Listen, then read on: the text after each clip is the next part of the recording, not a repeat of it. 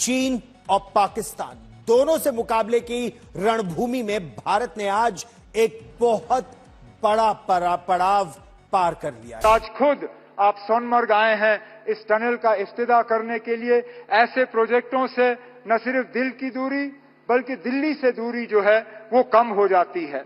वजीर आजम साहब, मैं दिल की गहराइयों से आपका शुक्रिया करना चाहता हूं कि आप इस ठंड में हमारे दरमियान आए, आपने इस टनल का इफ्तिताह किया। प्रधानमंत्री नरेंद्र मोदी ने जम्मू कश्मीर के गांदरबल में सोनमर्ग को जोड़ने वाली जेड मोड़ टनल का आज उद्घाटन किया।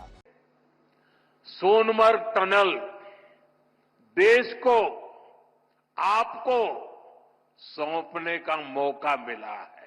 इससे सोनमर्ग के साथ साथ करगिल और लेह के लोगों की, हमारे लेह के लोगों की जिंदगी भी बहुत आसान होगी।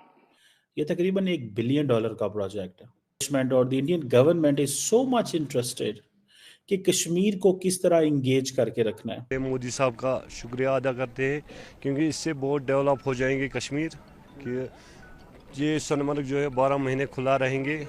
रोड की बहुत दिक्कत थी, अब ये प्रॉब्लम इससे नहीं हो जाएगी, ये प्रॉब्लम हमारा सॉल्व हो जाएगा। भारत विश्व में नंबर 4 पे आ रहा है अभी इकोनॉमी के साइज में, और यहाँ तक बात हो रही है कि अगले साल तक वो जापान से भी बढ़ के 4th largest economy of the world हो जाएगा। और यहाँ के जो लोकल है उनको टूरिस्ट पॉइंट है, उनको इससे फायदा मिलेगा, काम भी बढ़ेंगे, लोकल के घोड़े वाले हैं, गाड़ी वाले हैं, सबका रोजगार बढ़ेगा।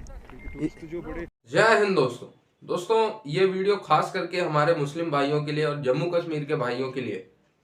अगर आप देखें तो पाकिस्तान ने जो टेरिटरी कब्जा की, पीओके, पाक ऑक्यूपाइड जम्मू एंड कश्मीर, वहाँ के लोगों के हाथ में गन पकड़ा दी और खोल दिए मदरसे और हाफिज सईद जैसे लोगों को उसका हेड बना दिया। ले धड़ाधड़ रेडिकलाइज करना, हिंदुओं को काटो मारो बालो, ठीक है, गोलियां चलाओ, हाथ में बंदूक दे दी और लगा दिया।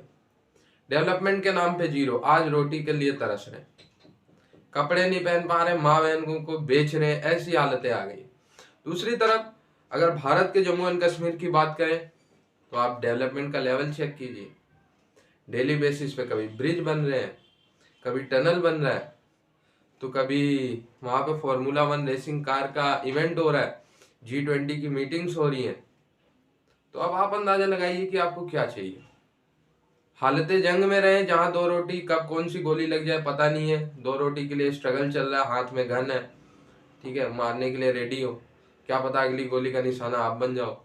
वैसा हालत बना है पाकिस्तान के कब्जे वाले में। और भारत का आप हाल देखिए, जम्मू कश्मीर का। तो यहाँ से आपको पता करना है कि पाकिस्तान जो मौलवियों के थ्रू, मदरसा के थ्रू रेडिकलाइज करने की कोशिश करता है भारत के मुस्लिम भाइयों को, जम्मू कश्मीर के लोगों को, वो उनका प्लान है कि भारत को डिस्टेबलाइज करना। खुद तो नाली के कीड़े हैं ही, लेकिन ये साफ पानी को भी नाली जैसा गंदा करना चाहते हैं। नरेंद्र मोदी ने आज एक टनल का इफ्तिताह किया है कश्मीर के अंदर, और इस टनल का मकसद ये है कि सारा साल जो एक्सेसिबिलिटी रहे, और जब बर्फ पड़ती थी तो ये इसकी वजह से कश्मीर है वो डिस्कनेक्ट हो जाता था। ये तकरीबन $1 बिलियन का प्रोजेक्ट है, जिसके साथ एक मेरा ख्याल है एक और टनल जो है, और बहुत ज़्यादा ब्रिजेस जो हैं और रोड्स वगैरह जो हैं वो लिंक करेंगे कश्मीर और लद्दाख को। अब ये चीज़ आप देखें, जस्ट इसको अंडरस्टैंड करें दैट द इंडियन एस्टैब्लिशमेंट और the Indian government is so much interested कि कश्मीर को किस तरह इंगेज करके रखना है। कभी वो कहते हैं जी वहाँ पे फार्मूला रेसिंग आ रही है, कभी वो वहाँ पे टूरिज्म की चीज़ें लेके जाते हैं, and we still keep talking कि जी हमें क्या हमारी लीडरशिप कश्मीर में इस तरह जाती है, या हम वहाँ पे जाके प्रोजेक्ट्स, हाई वैल्यू प्रोजेक्ट्स जो हैं वो करते हैं। मेरा ख्याल है जो रिसेंटली हमने देखा कि काफ़ी ज़्यादा प्रोटेस्ट हुए हैं, और वो प्रोटेस्ट इसी वजह से हुए हैं। मुझे लगता है कि we need to pay attention, हमें अटेंशन देने की ज़रूरत है, और हमने अगर अटेंशन ना दी, मैं आपको बात बताऊं, it will be catastrophic. We have to be very careful. Narendra Modi साहब का ये दौरा, वहाँ पे जाना, 6.5 किलोमीटर की टनल यार, एंड फिर मोदी साहब का आप ज़रा स्टाइल चेक करें आप, फुल जिसे कहते हैं ना, मोदी स्टाइल में है, the boy in the style. ये देखें आप उनकी। और वो जो पिछली मैंने आपको तस्वीर दिखाई थी, ठीक है जी, तो ये देखिए अकेले ही सफर कर रहे हैं। मोदी साहब आपको पता है पसंद नहीं करते किसी और को। ये डजंट लाइक के कोई और भी बंदा उनका जो है ना मुकाबले में आए। और ये 6.5 किलोमीटर की जो टनल है, और इसमें आप ये अंदाज़ा लगा लें कि एक तरफ ये टनल, ठीक है जी, और दूसरी तरफ सारी की सारी वो कह रहे हैं जी हम रिसोर्सेज डाइवर्ट कर रहे हैं। सो इट्स अ सिग्नलिंग, ये पाकिस्तान के लिए सिग्नलिंग है कि आप टेरिटरी हम जो क्लेम करते हैं, so we need to divert the resources. The more resources we divert, the more there is a goodwill of Pakistan. For example, मैं अगले दिन एक रिसेंटली एक पॉलिटिशियन को मिला, वो जिसे कहते हैं ना हाई रैंक ऑफिशियल था, आज़ाद कश्मीर से। Let me tell, prime minister से मिला, एक हम लंच पे मिले, तो वो यही बात कर रहे हैं, ठीक है जी।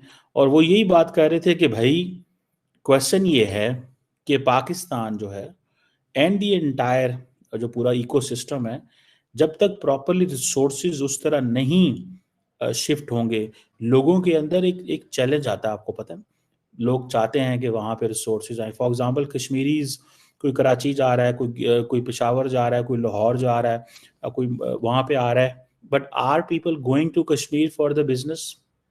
ये एक सवाल है कि क्या पाकिस्तानी जो है वो कश्मीर जा रहे हैं? एक सवाल है ना कि नहीं है?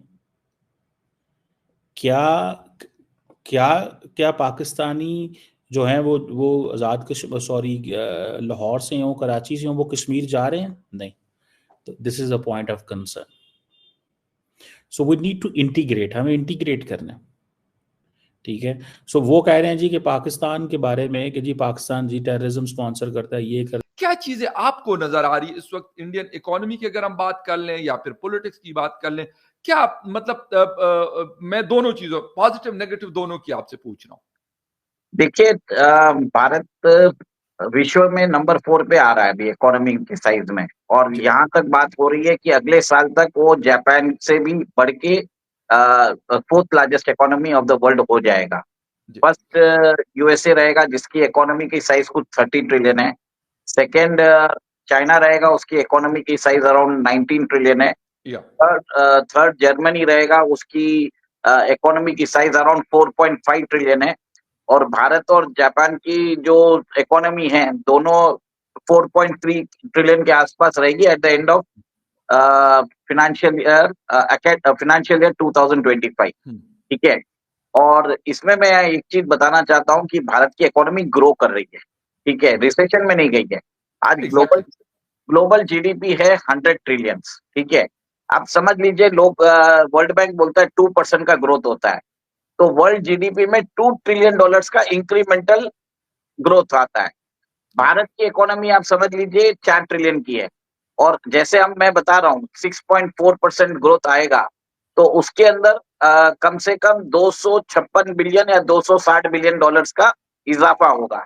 तो आप सोच लीजिए 2000 बिलियन वर्ल्ड की इकोनॉमी में ग्रोथ आएगी, उसके अंदर 256 बिलियन भारत का रहेगा कंट्रीब्यूशन।